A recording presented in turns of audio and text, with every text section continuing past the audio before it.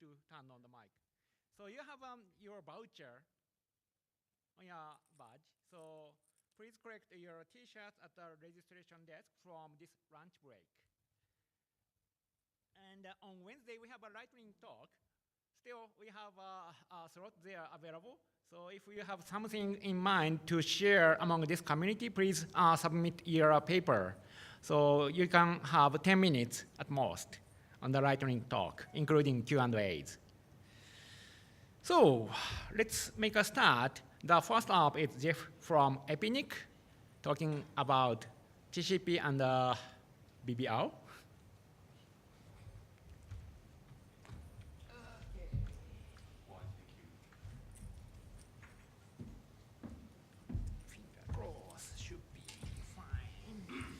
Morning all, Jeff from Epinik.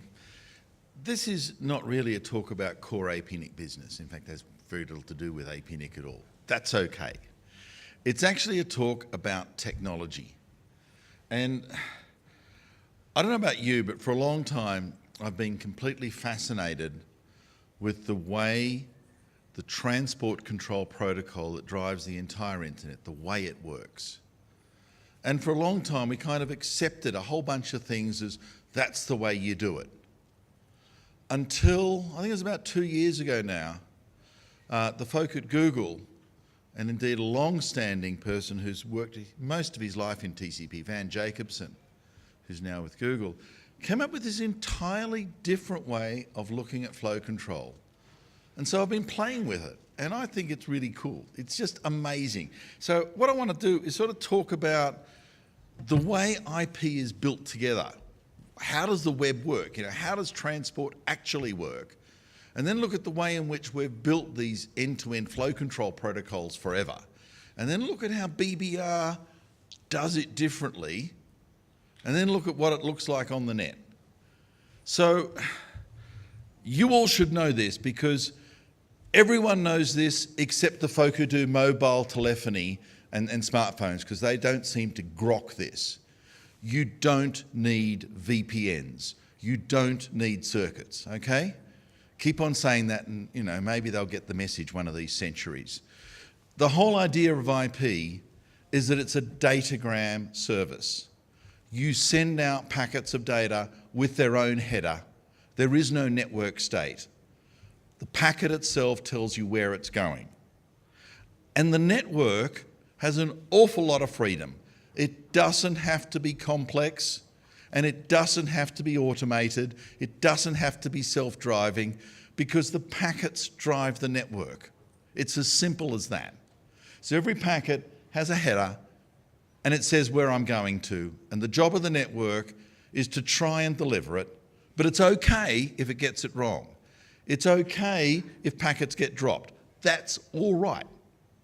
It's okay if packets get reordered. That's okay too. It's all part of the rule set. And in fact, it's even okay in V4, because the V6 guys just didn't grok it. It's okay to take a packet, and if it's too big for the next sort of jump, slice it up and squeeze in the bits and just reproduce the header. That's okay. Your network doesn't need to be good. It doesn't need to be complicated. IP is a real lowest common denominator system. And if the mobile folk who designed their bullshit 4G networks ever understood this, we'd have unlimited data plans for free. Because you can do this really, really cheap. You don't need to cram millions of bucks worth of gear in to make this happen. This is just simple networking. So on top of that, and what takes that unordered mess of packets and turns it into a stream that is the same data at either end? What restores that is not the network. It's this host TCP stacks that produce order out of the chaos. So at each end, you're running in your systems the transmission control protocol. And it's, again, a pretty simple protocol. If you think of the data stream as a long tape, and I'm playing that into the network, what I do is as I send you data, I keep a copy. and I wait for you to acknowledge that you got it, and then I can get rid of it. So if you say, no, I didn't get a packet, you go, it's okay. If you haven't acknowledged this one, I've kept a copy, I'll just send it again, and we can keep on moving. So in general, what happens is in your data stream, you have some acknowledged data, you have some data that you've sent, and you're waiting for an acknowledgement, and you have some data you haven't sent yet. And when you get an acknowledgement from the other side, which is basically saying, I got it, you can advance the pointers because the acknowledged data says, well, here's a bit more that the other guy's now received. So I can forget about it. It's now done. The other thing the sender does is tell you the amount of buffer space is on the other side. I can take another meg of data. I can take 200 bytes of data. I've got some more memory space here.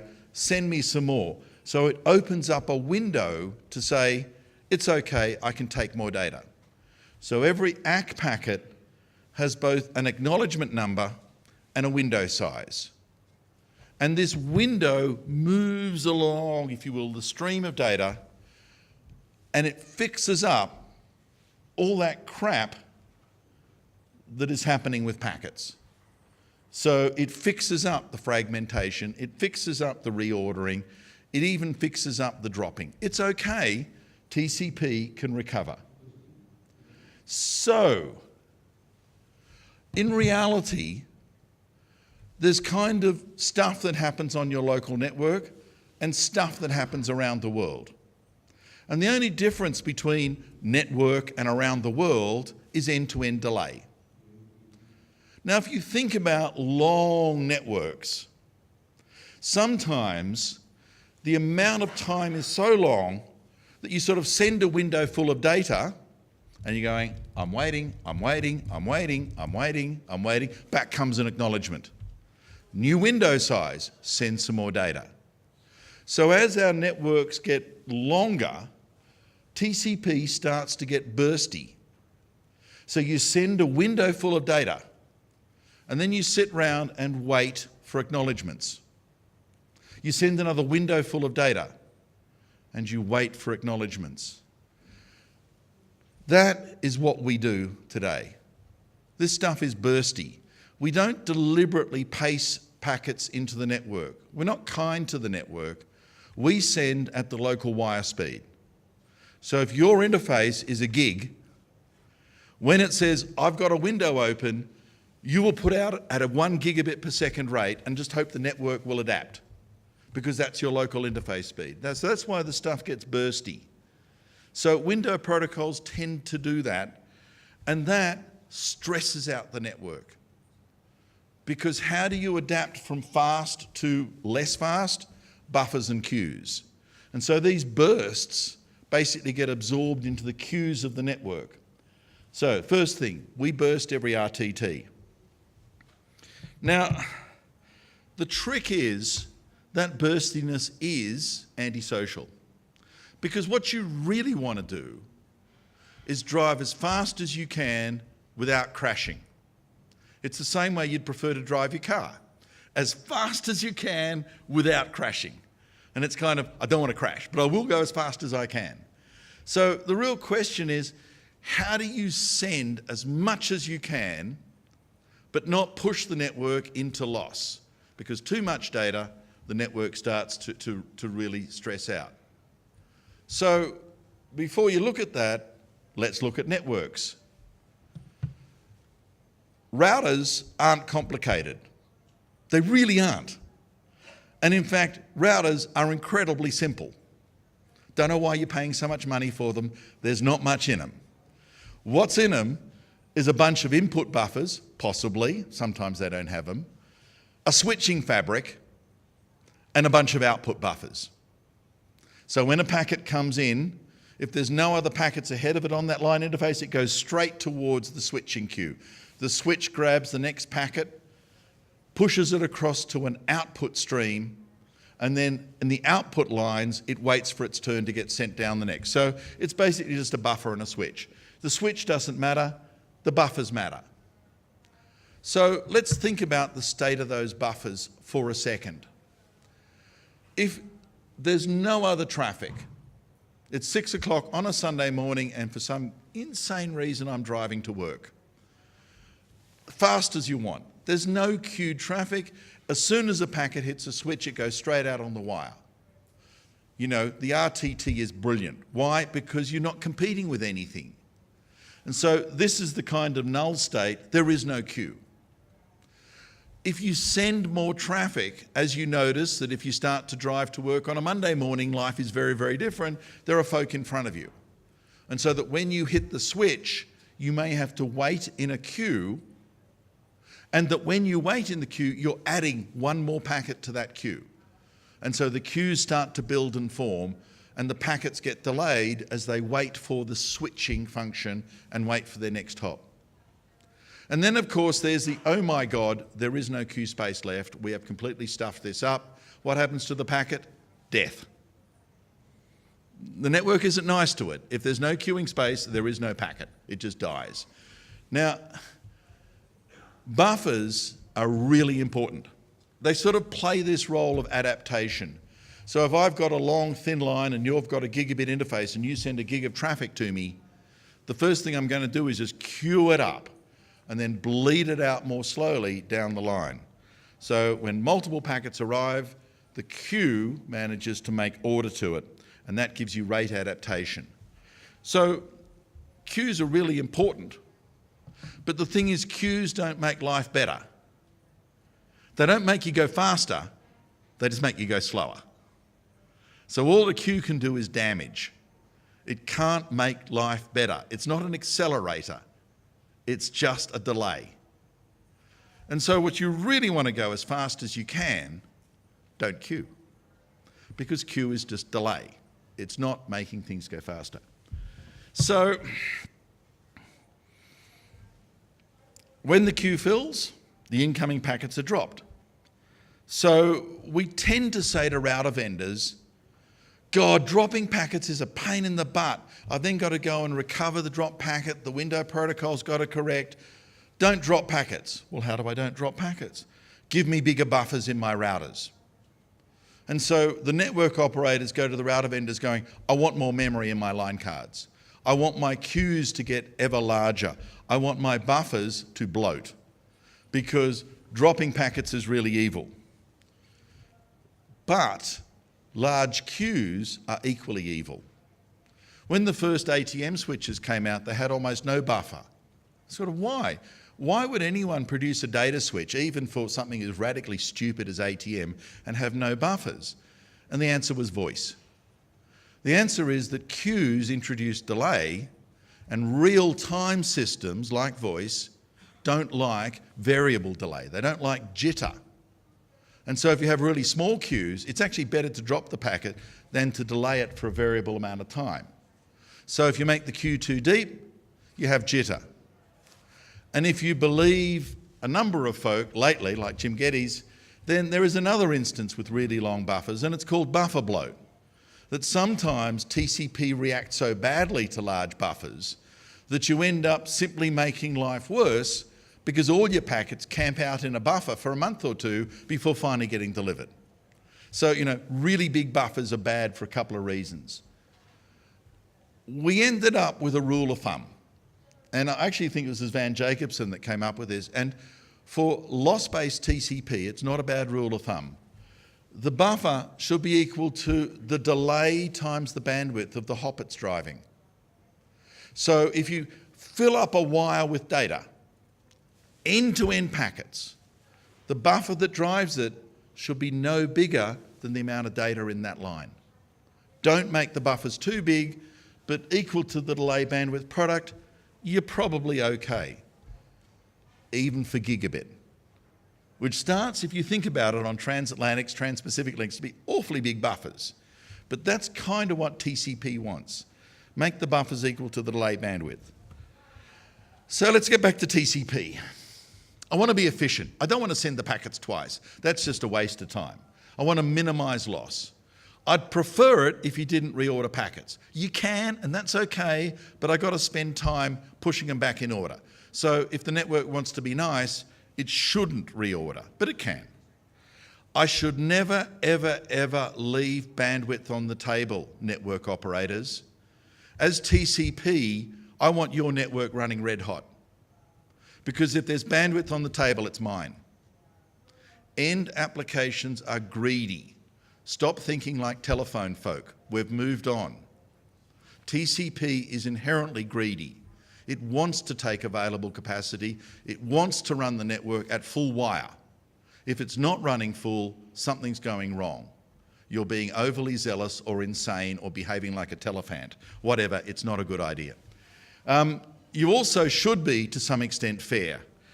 Don't crowd everyone else out. Leave some space for others. So if there are n TCP sessions, you should get about 1/10 of the bandwidth, because that's what being fair is all about. Don't hog. And so in some ways, this is a lot like water in a pipe with multiple flows. You sort of push your elbows against the other TCP sessions, but they're pushing their elbows against you. If you all push at the same rate, you'll end up sharing, and I don't need the network operator and some stupid QoS crap to enforce fairness. The TCP sessions will naturally allocate, the network bandwidth equally, because you're exerting the same fluid pressure on each other. So this whole idea the network needs to be armed to the teeth is just thinking inspired by vendors who are too greedy for your money. It doesn't actually reflect in the underlying architecture. TCP balances network allocation perfectly adequately if you let TCP work. So how do I get efficiency and fairness? Well, think again about this whole issue of sliding window, and think about this. Every time a packet leaves the network, an ACK gets generated.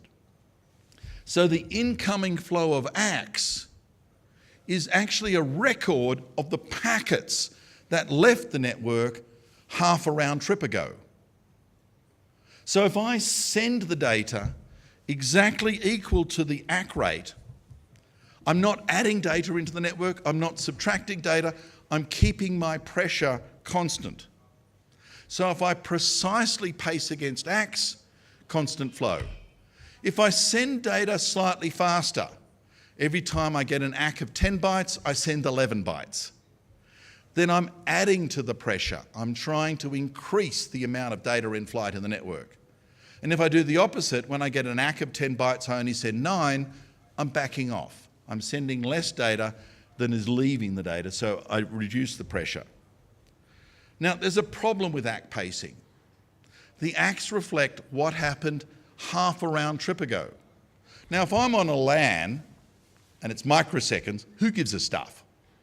But if you're 30 milliseconds away, 100 milliseconds away, 300 milliseconds away, that delay becomes important, because I'm not reacting to the network today, I'm reacting to the network in the past. So you get these two rules. Because there is a delay, if I'm getting bad news, packet drop, react quickly. Because that was packet drop 30 milliseconds ago, 100 milliseconds ago. It's already happening, back off. So back off is always quick. When I get a signal that the network can absorb more traffic, that's an old signal. Don't be aggressive, be less aggressive in occupying the space. So you should react conservatively to good news. So we get a classic TCP pattern of additive increase, multiplicative decrease. Every round trip time, push one more packet into the network, slowly grow the speed. If you get packet loss, back off like crazy. And if you look at the amount of data in flight over time, you get a classic sawtooth. This is a simulation of Reno over a long delay network. Initial startup, drive the network into loss. Whoops, too fast. Back off by half, and then drive the network one extra packet per RTT until you get a loss. If you're a driver in a car, this is really simple. Keep your foot gently on the accelerator until you crash into the car in front. Apply the brake, half the speed, and do it again. Now, the front of the car is going to look a bit shit after all of this, but you will be driving as fast as you can drive quite efficiently. So you're constantly pushing the network into loss, because that's the only thing that stops that additive increase, packet loss. So if you look at the queue size, then what you find, why is my picture not the same as that picture? Come on. I'm seeing something that you're not seeing, and it's really important. So now none of us are seeing anything. Okay, there's the queue size. And you see that when you back off, that's the capacity. When you back off below the capacity, the queue drains. And as you start to get just beyond the link capacity, the queue starts to rise. So the queue pulses from empty to full. Pulse, pulse, pulse. And what you see as a network operator, if you look in fine enough detail, is that your network throbs between not so loaded, overloaded, not so loaded, overloaded. And that's just TCP doing exactly what TCP should do. That's the idealized behavior. Reno is really coarse. It's not that efficient. It oscillates between damage and no damage, and quite frankly, it leaves bandwidth on the table. If you're trying to drive a gigabit link, it'll never happen because the loss rates in the network need to be astonishingly low. If you get a 1% loss over a 100 millisecond RTT network, you only get 3 megs. This drives the mobile folk nuts because trying to get speed out of mobility when you've got underlying radio loss rates makes conventional TCP just go bananas. You cannot get speed when you've got loss. So Reno's coarse. So the question is, could you make it better? And there's been a lot of efforts. Every PhD kid has always done a new flow control algorithm. It's just kind of, derive another, go off to an IETF or even place like, I've got a new algorithm, it's really cool. Stand in line, you're number 23, go for it. One of them was sort of, well, if I only get one nth of the bandwidth, why don't I behave like I'm 20 parallel TCP sessions? I'll put 20 times the pressure on the network. My elbows are so much bigger than yours, stand aside. And we've tried it, and it sort of works, but it's sort of a bit antisocial. But maybe additive increase, multiplicative decrease was a little bit coarse. And we mucked around, and then some mathematician said, you guys are doing linear programming. Yes, that's right. Think cubes. What's cubes? Here's a function. It's got a cubic variable in it. What does this really mean?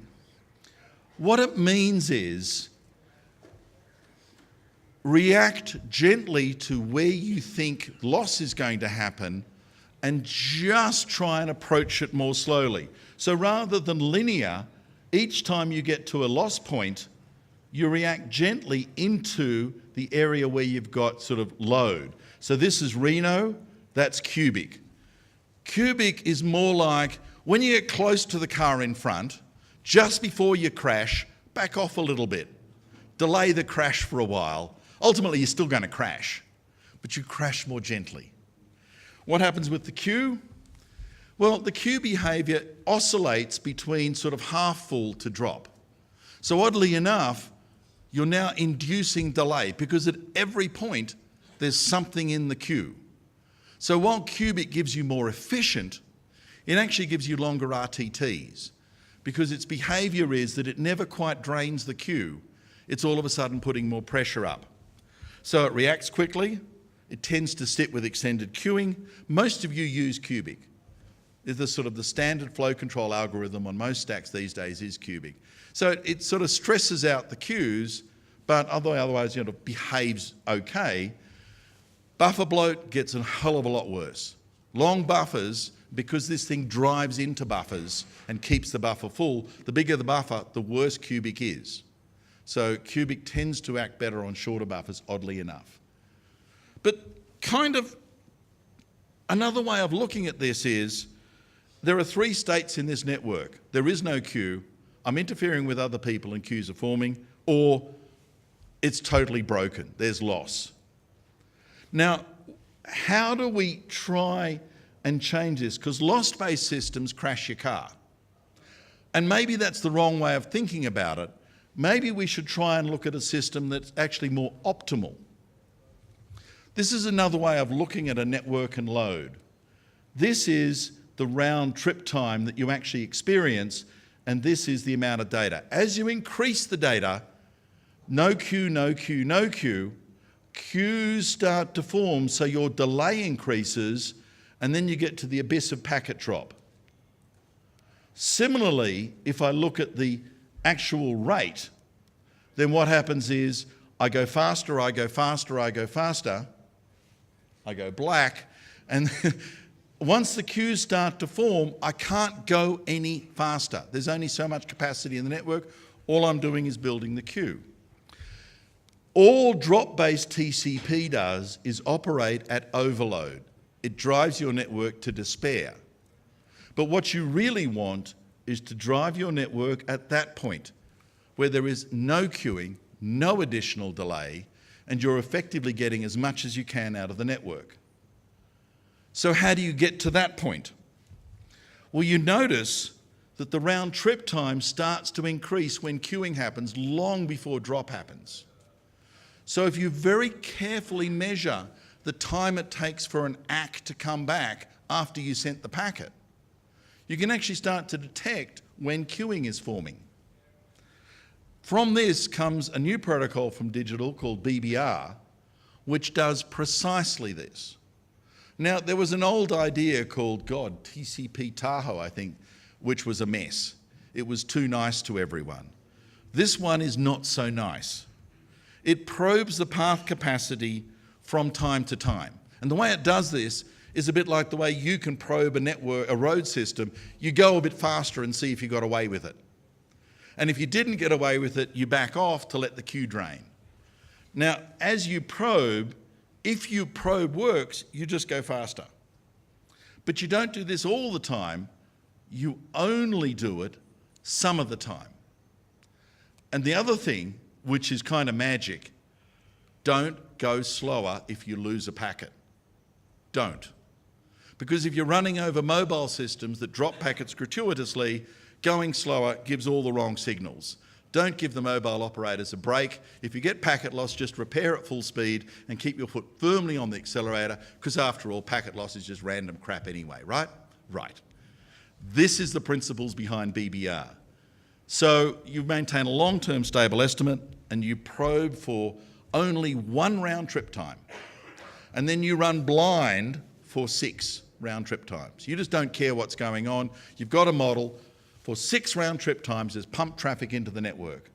Increase the sending rate by 25% for 1 round trip time, and then drop it by the same amount for the next round trip time and see what happened. If you got away with it, go faster. If you didn't, go slower. And so this is what happens with BBR.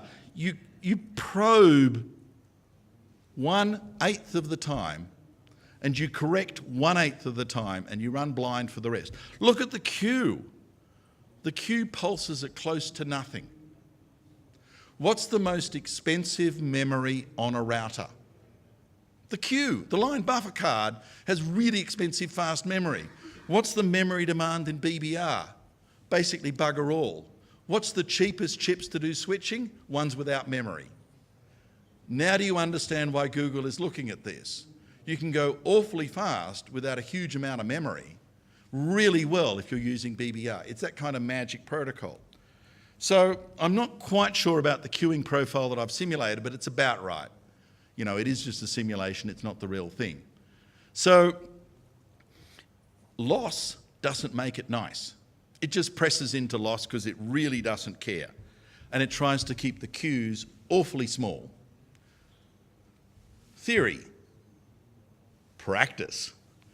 Because one of the things Google did, why thank you, was to drop it into Linux. Why thank you. And it's now an available protocol that you can just select as a TCP flow control protocol. Why thank you. As long as your clock is good, and you need a really nice clock, it needs to be a good, accurate clock on your system, you can run BBR. So I did. Now, I didn't test it in a lab. That's just too bullshitty. I have this Linode virtual machine. I have a number of them. One in Germany, one in England, one in Australia, one in Dallas. So I thought, you know, why not just run this over really long pipes over the internet and not tell anyone? So the first one I tried was actually the east coast of Australia, 12 millisecond. It's Canberra to Melbourne. It's a 10 gig circuit. 2 machines, iPerf 3. Run up Cubic. And Cubic on its own does exactly what Cubic expects.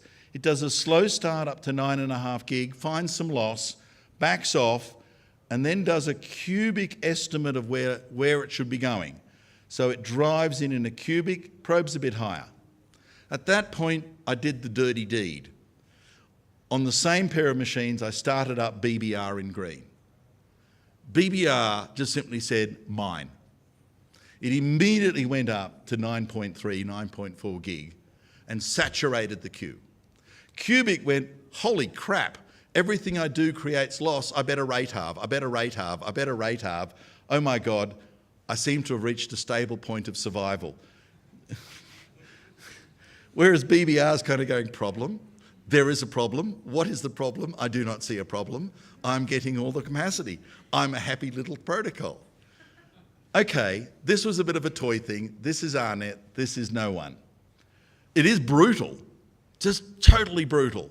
It sort of saw this other TCP, this Cubic, and said, that's it, you die. And every single time Cubic decided to start up, BBR went, no, you're not going to start up. My network, I rule. Okay. Let's go out of the lab. Let's go across the wild. This is the RTT. I'm running from, gee whiz, where am I? I'm in Sydney. And I'm running to Germany. That's the trace route. It's 19 hops. I didn't tell anyone. This is the bullshit commodity network. God, what is it? RNet, AboveNet, Zayo. Gee whiz, who's AS6453? Put you.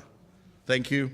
So you know who I'm going through. This is all just public commodity stuff, right? I didn't warn anyone. End to end, 400 megabits a second straight away.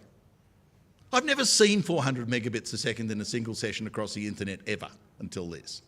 All mine. Mine, not yours, mine. So then I thought, well, let's start up Cubic. Shit, nothing happened. It just couldn't see. God knows who else was using the network at the time. BBR didn't care either. My little session didn't, just couldn't. So what happens when another BBR comes up and tries to compete? Because that seems to be the only bulldozer that'll take on the first bulldozer. So I brought up a second. And for a little bit of time, they decided to share. And then they decided to fight it out. And so all of a sudden you get this crazy oscillation as one BBR session takes over and starves the other, and then the other one just sort of moves in. So it's this astonishing oscillation. And when I turn off the second BBR, it immediately flips right back again and getting 400 megabits a second. I'm using BBR. You guys are all dead. This is brilliant for me. For you, tough. This is fantastic. Can I do it again? Well, this time I tried something a little bit different. This is Australia to the US. And interestingly, it's a slightly lower delay. It's only 200 milliseconds. And now when I start up the second session, they do indeed equilibrate better. So shorter delay, they kind of work better. Cubic, there's nothing left. Dead. Dead. Just couldn't even start. The queues were completely filled out. So BBR shares with itself, but it doesn't share with anyone else. I love this protocol. I just love it. You mightn't, but I do. Okay, so this is really interesting because it works the exact way that you guys as network operators don't want it to work. It actually doesn't give us stuff about loss. It can maintain those speeds with a 50% packet loss rate because it repairs at full rate. It just presses on. It works really well when you've got no buffers because it doesn't actually stress out the buffer size. Whereas Cubic, all those TCP loss-based ones need large buffers. This doesn't. It'll operate really well when someone's rate policing you, network operators, because it just simply goes, I don't care what kind of loss you do, I'm just going to repair at full speed. Whatever you police me at, I will drive at that point constantly. I won't ever go slower. It scales to gigabit immediately and maintains gigabit no matter what. This is brilliant. And the other thing, just that bottom point, all that traffic control bullshit you put in your network, doesn't take any notice of it. It doesn't obey what you thought you were doing if you're mucking around with window size parameters. BBR is just on steroids. So why use it? Because if you really want to shift data around the globe, this is brilliant. It just achieves. On the other hand, it's great when I use it. It's really shocking if all of you guys use it. You're not allowed to use it because it's not sociable. It really does overachieve. If everyone did this, which is the kind of question on the internet, the networks would indeed collapse because BBR slaughters its competition. And if everyone runs BBR, it doesn't share nicely with each other. They tend to oscillate like crazy. It sends all the wrong signals. This is indeed taking a rocket-propelled bulldozer and pushing it out onto the highway right here outside this hotel and wondering what happens to the road system. You know, it just slaughters everything else in its path. So maybe it does overachieve. It is incredibly unfair. It is unstable. It spends 75% of its time with no feedback control. It just has a model of what it should do, and it just drives with its eyes closed, firmly down on what it thinks is the right rate, no matter what. So if its estimates of what the queue, their bandwidth RTT is wrong, BBR doesn't bother correcting it, it just drives at that rate. So, you know, bad idea. So is it too bad? Is it too greedy? Is it just forcing everyone else into, you know, bandwidth poverty? Maybe.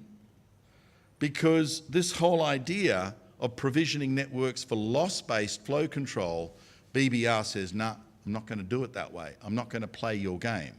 And so all the conventional control mechanisms, how do you tame an out-of-control TCP? Weighted read, rated packet discard. Because all the rest of those TCPs go, if I drop a packet, you're going to go slower. You know, so I just take a wheel off your car, you're going to go slower. You're going to take a bit of time to repair the damage. BBR doesn't. It doesn't matter what you do, it just doesn't react that way. So it's a great idea, but violently antisocial. So Google have got the message, which is strange for Google, but they have. BBR 2.0 is coming, and what they're trying to do this time is keep the same model. Try and drive the network at the onset of queuing rather than at the end result of the queue is full, I'm going to drop packets. Try to sensitize it to that point by basically not being quite so aggressive in taking up the space, but still flying blind for 6/8 of the time. And they're kind of hoping if they juggle with those numbers a little bit, it won't be quite the rocket-propelled nuclear bulldozer it is at the moment, and it might possibly play nicely with the other kiddies, which would be a shame. Because if you really want to move a terabyte of data around the world, BBR is the way to do it. Thank you. Yeah. Any question? I have. Yep. So I'm seeing the non-TCP traffic nowadays, like 20% of the UDP. Oh, okay. So now I'm seeing the non-TCP traffic in our backbone, like 20% UDP. You are. Yeah. And the reason why you're seeing this, who runs a network? It's your fault. Because what you do is you think you're the boss of your network, and you do all kinds of policing, rate control, variable this, variable that, a whole bunch of bullshit policies about how you think your network should be allocated to users. And you read deep inside the packet and see the TCP control parameters, and you play with them, you bastard. And folk like Google look at this and go, I seem to be running slower than I could because of you. Can I hide TCP? Oh, totally I can. And rather than use TCP, the only thing I'm going to show you is a UDP wrapper and an encryption layer. If you're running Chrome and you're going to a Google property, you're probably doing this. Quick. Now, Quick exposes nothing about its control mechanism. Quick doesn't use BBR yet. But when they do, you won't know because there's no control being exposed to you, the operator. You just have to suck it and like it. You know, that's the deal now. Why? Because you went too far. You started playing with application traffic thinking you knew better. And the app guys are going, like Google, no, that's not the deal. I know better. So my end systems are now going to hide the entire flow. You're currently seeing 20% UDP. I'm surprised that you're not seeing 30. And right now, because this is a war of escalation, 70% and 80% is coming anytime soon. Who's active in BBR? Well, Netflix, the video streaming people, have a current project running as well. They're in all the IETF working groups going, I've got one too, I've implemented yours. All of a sudden, we're all going this path because you network operators got us angry, and it's payback time, and there's nothing you can do about it. What can I say? Put in more bandwidth and be nice to us, and maybe we might play better next time.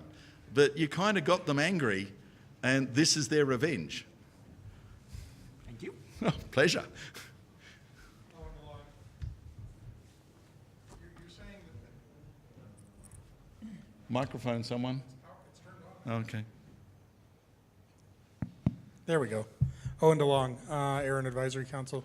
You say there's nothing the operators can do about it, but looking at this, it seems like if they simply had a way to add delay in the path, they would very easily be able to signal BBR to fall on its face.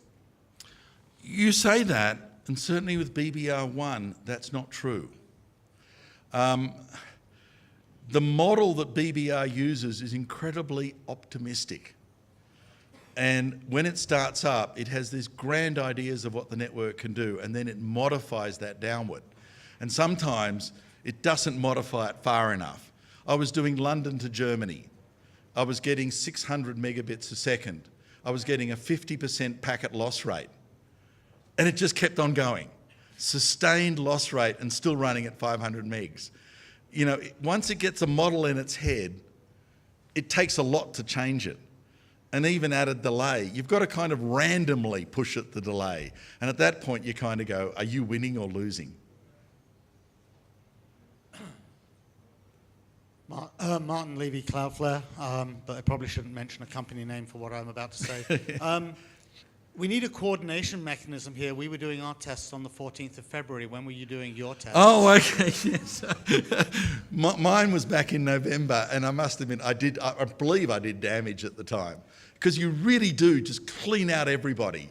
Yeah, well, that's our problem. Yeah. I mean, our tests come up with ridiculously great numbers, and we didn't measure packet loss, but it's got to be there. Oh, no, it's there. I was doing 60 megabyte TCP buffers to make this work. I basically used the entire system's memory as a TCP flow buffer, so I could get as much data as I could possibly dream of in flight. And BBR says, yeah, okay, I'm just there. So we should coordinate, and I can probably wring a couple of gigs out of the network easy as long as you're not trying it too. Well, that's the whole point. That's okay. But I'll send you email. I just looked at the logs, and it's a bunch of Europeans running it, so hopefully that's offset from where you were sitting. But no, I mean, actually, I'm going to go back and seriously talk about this. You showed two BBRs running and a cubic, which is all well and good. But go back and do the tests when you start running hundreds upon hundreds in parallel, because there's actually a large amount of instability, which humorously does not show up on either Reno or cubic for other reasons, but not because they play nice. It's just because they actually don't know how to operate properly. And the real world is, if not hundreds, thousands, and more sessions. So BBR is all good, well and good in your own world by yourself, but it gets, as you said, very antisocial when you have a lot of them running. So this parallels precisely the experience, but perhaps it goes a little bit further, because Google do say they're using BBR in their internal network. And when you've got a mix of BBR and loss-based TCP dies. We all know this. But they're kind of claiming that they've got BBR versus BBR in their internal network, and while they're not stating it, they don't appear to be running away. Somehow they're surviving on that. Now, my numbers tend to suggest that BBR, even versus BBR, doesn't produce good outcomes, that it doesn't share, it kind of oscillates. And I've only done 2. I tried 3 and it got weird. If you're trying 200, my guess is you get astonishing oscillation.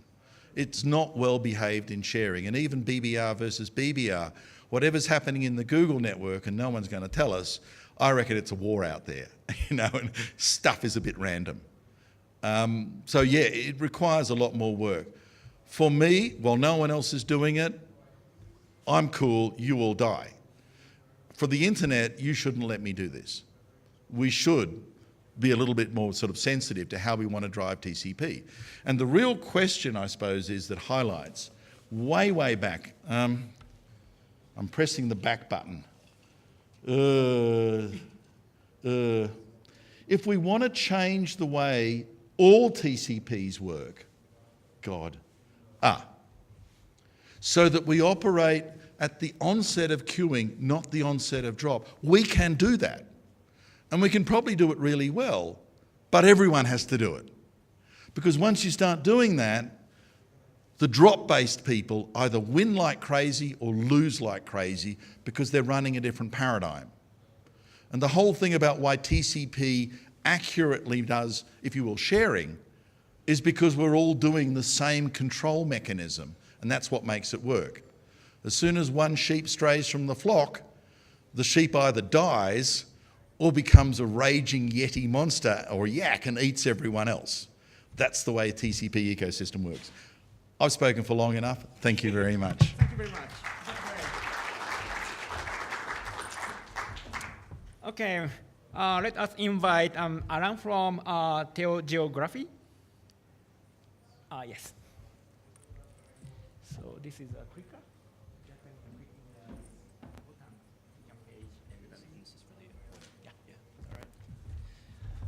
All right, good morning, everybody.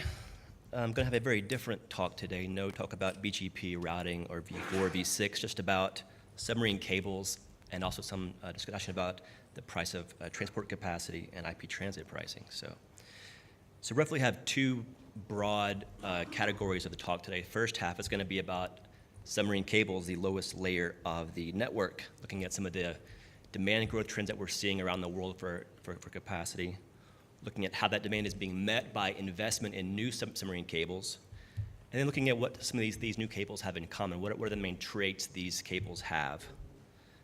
The second half, I will look at some pricing trends based on data we have gathered from people who work in the industry, operators, and who sell capacity, as well as those who buy capacity. So looking at transport pricing trends, price parity as prices are narrowing among different routes and regions, 10G and 100G pricing, and then looking finally at some IP transit pricing erosion trends. So, submarine cables, my one true love. Here we go. So, the demand for international capacity has remained really robust for the past decade. This is showing the overall international capacity connected to Asian-Pac countries for the past 10 years. That red line shows it's been above 40% pretty constantly for every year. So that means, as you guys know, is that if it's over 41%, it's doubling every 2 years. So a large amount of capacity is being added internationally in this region every single year. But just the growth by itself is kind of a boring trend, right? Let's kind of get beyond just the overall total growth and see what's happening in more detail. So looking at Asia itself and the breakdown of where the capacity is connected to has been shifting a bit over time. This is showing the distribution by the various interregional routes plus within Asia. So the blue on the bottom is intra-Asia, which was 35% in 2008. It's been rising steadily, and it's now up to 48%. So nearly half of the international capacity is between other countries in Asia. The red bar on the top also has been growing. That's Asia to Europe. Seeing a lot of new cables coming in on that route, but the key there is the prices have been coming down very fast, making it a more affordable option for many carriers. And then the yellow is getting kind of squeezed down. That's the Trans-Pac, which was the dominant share. It is still growing fast, but as an overall share, it has been declining overall. Let's look how it compares to Oceania. It's a lot different. Still heavily focused on Trans-Pacific. That's the yellow share there, which is largest share. The intra-Oceania, mainly that's Australia and New Zealand, the trans-Tasman demand. It's just 4% of the total.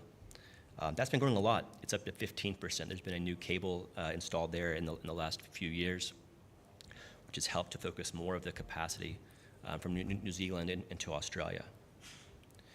This is something we see should be shifting a lot in the future with the new cables coming in between Australia and Indonesia and Singapore. So the red area, Oceania to Asia, we think is going to be growing pretty rapidly in the coming years.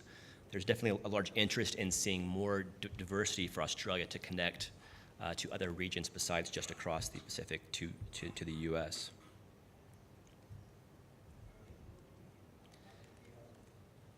The other real big shift that's happening right now, which I'm sure you guys are all well aware of, is the amount of capacity that's being used by the content providers as an overall share has been growing massively. Within this region, according to our data, it's about 35 to 40% at the end of last year. And it's been growing at a much more rapid pace than everybody else. This is still a little bit lower than you see in other parts of the world. Across the Atlantic, it's up to 80% for content providers now. It's massive. So this is really where the source of demand is coming from, is the content providers. So as a result, they are becoming some of the major investors in new submarine cables and driving a lot of the builds.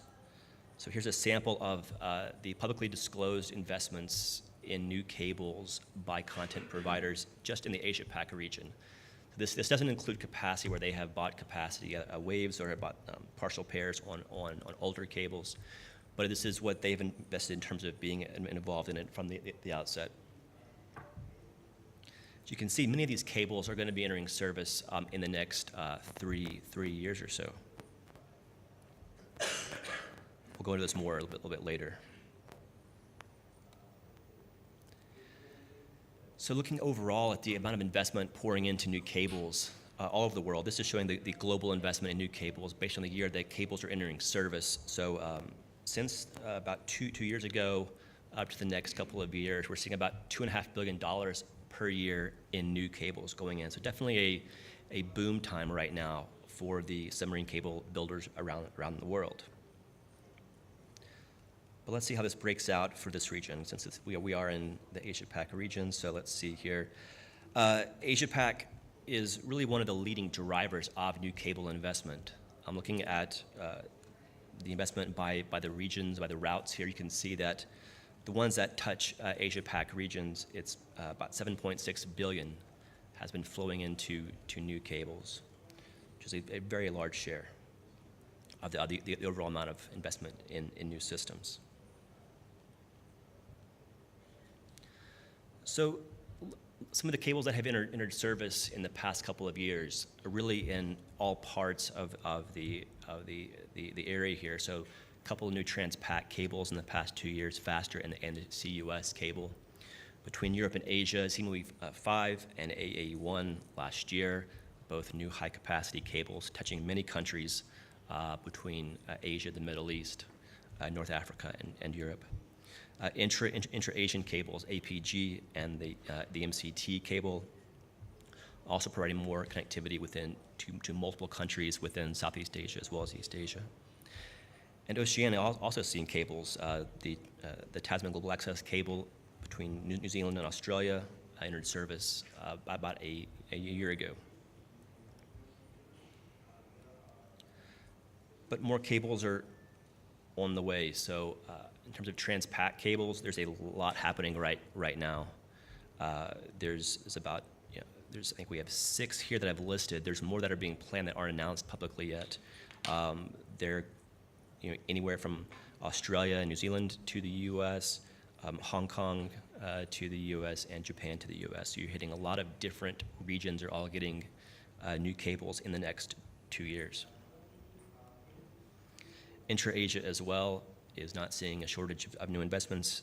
This month, or I think next month, we should see the SEX-1 cable, which is between Malaysia, Singapore, Indonesia International Gateway, Indonesia to Singapore, and then a couple of other cables coming up in the next couple of years as well. Oceania, got a problem with the columns here, but a lot of activity there. A lot of these are getting their first cables, such as the Chuk Pohnpei cable in Micronesia. Also several cables from Australia to Asia as well. And there are some Asia to Africa cables being planned as well. There's the IOX cable, which is India to South Africa, targeting next year for completion for that system. and then the Peace Cable, which is Pakistan to Kenya with a possible branch to South Africa and to Djibouti as well, I believe. So what are some of the traits of these new cables? What do they have in common? So looking at a few of the different cables here, one thing we're definitely seeing an interest in is more diverse paths, not going along the same path that we've seen in the past. So between Australia and Southeast Asia, there's 2 cables currently being built. The ASC cable, which should be ready in July of this year, and Indigo West, targeting the first quarter of next year. Both will provide new diverse paths from Australia up the west coast. The CUS cable in the Pacific, also a little bit of a diverse cable, direct connectivity for the Philippines and Indonesia across the Pacific to the United States. A similar kind of trait, but a little bit different, is cables that are direct and don't hop anywhere. So 2 new cables that are going to be going from Hong Kong to LA are the PLCN cable and the Hong Kong Americas cable. These cables will go directly from Hong Kong with express pairs straight to the U.S., not stopping in Guam or Hawaii, which is going to provide a lower latency for this route, as well as lower costs for equipment. So one other thing that I mentioned before with some of the cables in the Oceania area is some places don't have cables yet, but we are getting the last parts of the world wired finally with cables. So there's a spur off the CUS cable to Palau, which I believe is going to be ready the first quarter of this year, so relatively soon. A similar time frame for the branch from Pohnpei to Chuuk, which will be the first cable for that island. And then there's the Ngati cable, which is targeting for this year as well, which is a larger, it's a domestic system within French Polynesia. They do have one cable currently in service that goes from French Polynesia to Hawaii, kind of the light blue, line you can see there, but it'll serve a lot of the islands in that part of the world. The last trait of new cables is really tied into who we see as the driver for most of the new cable investment. That's the content providers. So,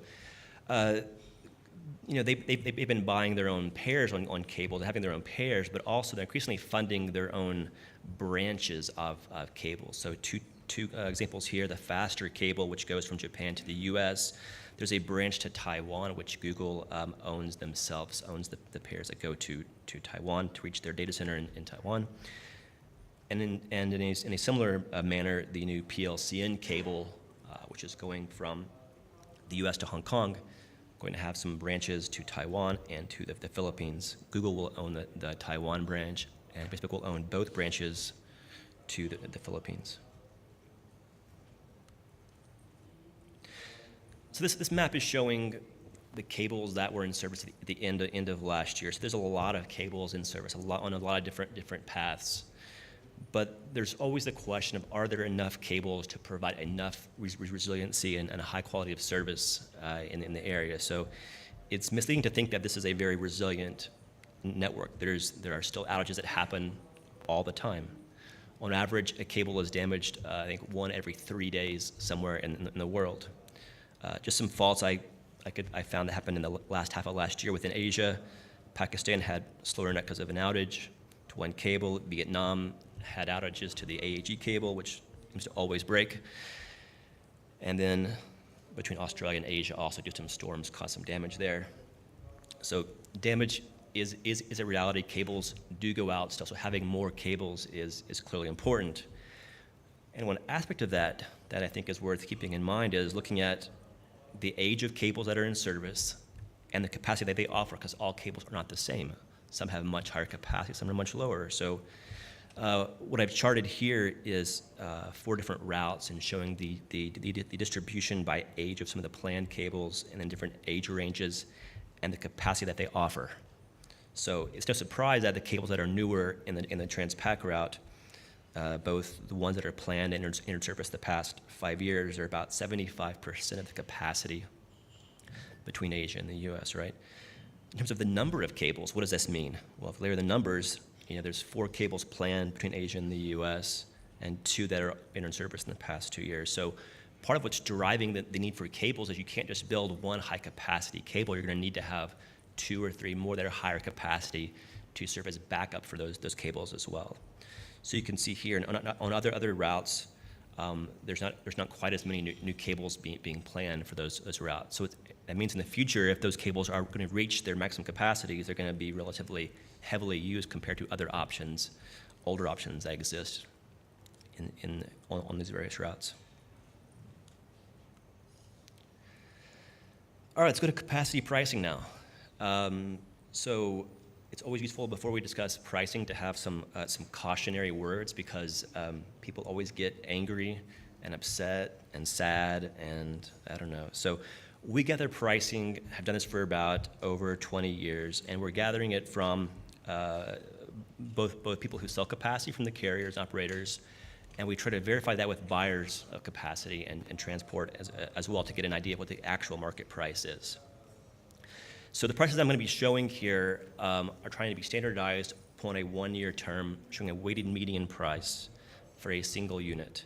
So I think, as most of you know, there's a broad range of prices that exist on any route in any given city, and that range is often due to higher volumes purchased will give you a lower price. Longer terms give you a lower price.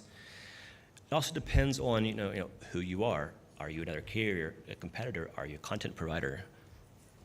And we lost the slides. And we're back. Are we back?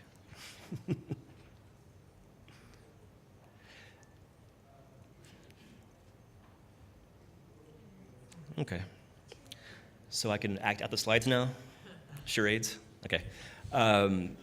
What I'm going to be showing is some price trends for some major, are we getting way back now? For some major routes, some transport routes, 10 gig lease prices over the past 4 years. Are we going? Okay. Here we go. Okay, so I'm showing some prices here for within Asia, and you can see the rate of erosion is not always constant every year. Sometimes it's kind of slower some years, faster some years. The compound annual growth rate, or in this case, the rate of decline, it varies on these routes between as little as 20%, as high as 40%. Don't let the scale fool you here. The lowest route here, the Hong Kong to Singapore route, the compound annual growth rate has been a negative 30% over this time frame. So even that route is still falling at a pretty strong clip. So that's within Asia. Let's look some other routes we've been tracking. So across the Pacific and to Europe, similar type of range here. LA Sydney has been coming down really fast. We show it right now going down to about going below 30K at the end of last year. We know it's already gone below that range now. The other routes as well just keep on coming down. Once again, the range here for the compound annual growth rate for these is between 20 to 30% over this 4-year period.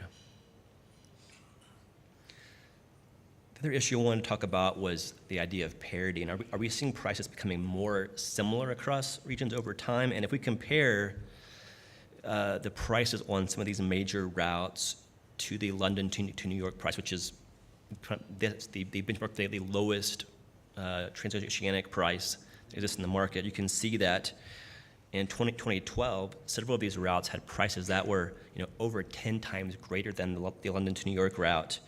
And now they've all fallen below that threshold. So you are seeing the prices becoming more competitive in other places besides just the transatlantic market.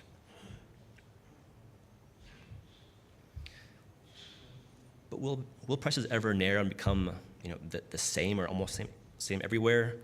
I think it's probably pretty clear that's not going to happen anytime soon. A few reasons why. Every cable doesn't have the same capacity. Thus, they have different unit costs. A cable that is carrying a terabit, one's carrying 10 terabits, much different unit cost bases there, and they can price the capacity differently accordingly. One other issue is the different number of segments per route. You can't always go with one hop between every location in the world. Sometimes you have to hop between 2 different cables, 3 different cables, a terrestrial link in the middle as well. That leads to different upgrade costs, which prevent the prices from being the same. And finally, one of the more obvious things is the competition varies a lot around the world, and the number of cables, the types of cables that are in operation affects the rate that prices are going down. One other interesting area is the increasing prevalence of 100G wholesale capacity wavelengths being sold in the market, and the degree to which those are being priced at a very favorable price compared to 10 gigs. When they were first introduced, the multiple, the price at 800 was higher than at 10. It was often 7 to 8 times. But in the past few years, that's come way down. So now a 100 gig can cost you maybe as little as 4 to 5, maybe 6 times the price of a 10. So you can see here on some of these major routes within Asia how it varies. So LA, Sydney, for example, the multiple is just under 5 to buy 100 gig as compared to buying a 10. So what everybody here loves, IP transit. Also, it keeps falling.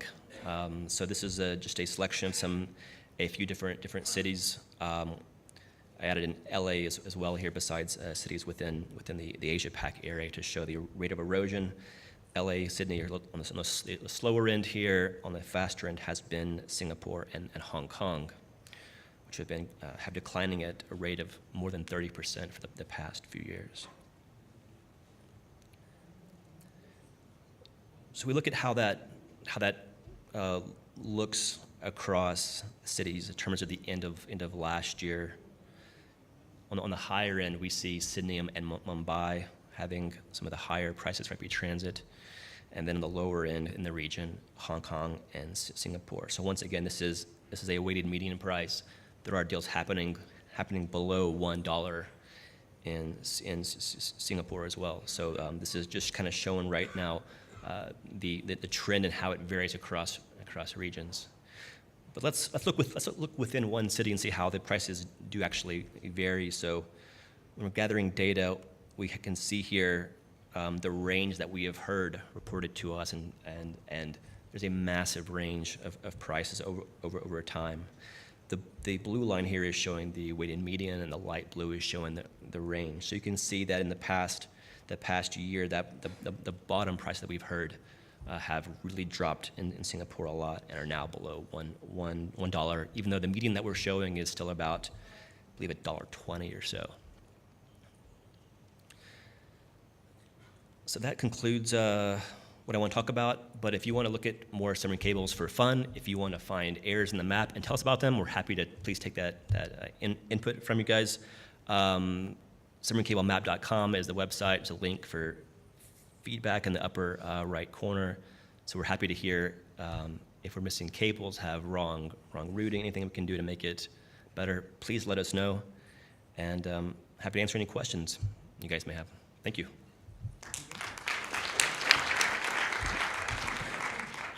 Any question? Oh, okay. And diversity of routing for Vietnam, for Myanmar, et cetera, et cetera.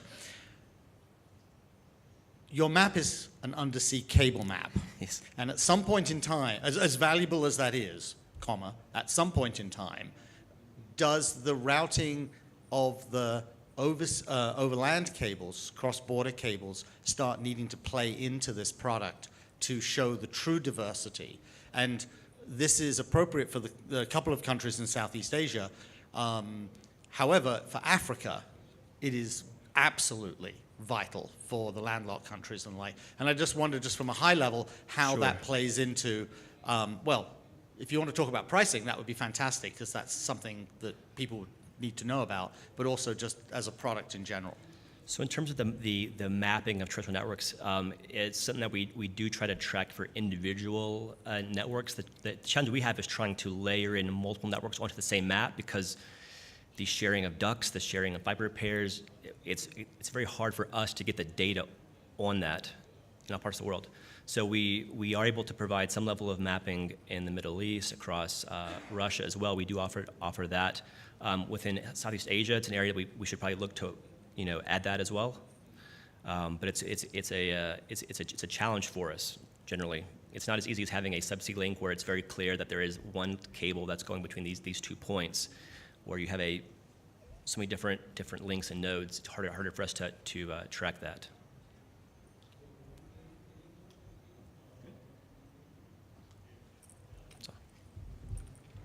Any question? If not, thank you very much. Thank you very much.